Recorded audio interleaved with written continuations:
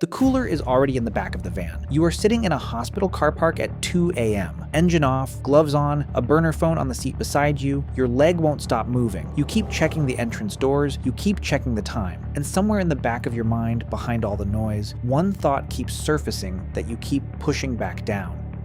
How did I get here? 6 months ago. It is a Tuesday afternoon, and you are sitting in a small office in Istanbul. Fluorescent light buzzing above. A plastic chair that is slightly too short for the desk. You are a medical supply broker, legitimate, licensed, completely above board. You source equipment for private clinics, scalpels, monitors, surgical thread, nothing interesting, nothing dangerous. Your phone rings. A man you know from 3 deals back. His name is Kemal. You have met him twice in person, once at a conference in Vienna, once for coffee near the Grand Bazaar. He seemed normal both times, slightly too well dressed, a little too calm. He says, I have a client, a very serious client. They need something you cannot source through normal channels. He pauses. Are you still there? You say yes. You don't hang up. You should hang up. He says, kidney.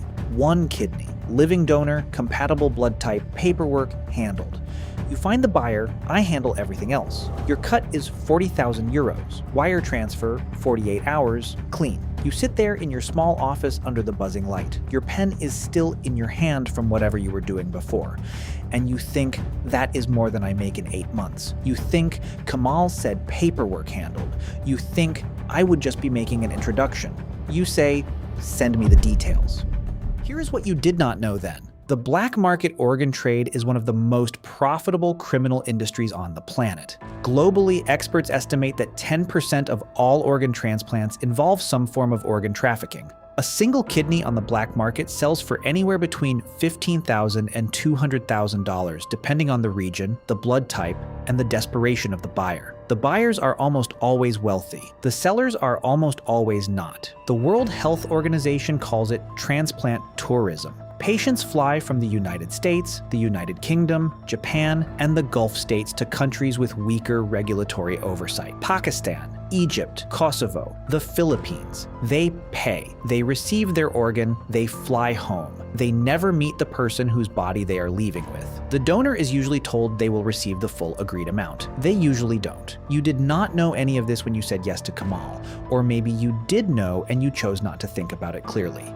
The human brain is very good at not thinking about things clearly when 40,000 euros is on the other side of the thought. The first deal goes smoothly, too smoothly. You make the introduction. The buyer, a 53-year-old man from Riyadh with end-stage renal disease and enough money to solve almost any problem, is connected with Kemal's network. The kidney is sourced. The surgery happens somewhere you are never told. The buyer recovers, you receive your transfer, you sit in your apartment that night and you pour a drink and you think, that man is alive because of this. You think the donor consented. You think the system failed them first. You think, I am not the worst person in this chain. You sleep fine. That is the part that surprises you most. You sleep completely fine. 3 months in, you are no longer making introductions. You are coordinating. You have a network of hospital contacts who flag compatible patients before they reach the official waiting list. You have a logistics contact who handles cold chain transport across 4 borders. You have a document forger in Bucharest who can make any medical certificate look like it came from a licensed facility. Your phone is never off. Your real name is never used. You have 2 passports. You think of yourself as a logistics problem solver. That is genuinely how you think of it, a logistics problem. Supply and demand, a system the official world built badly, and you filling the gap. One evening a contact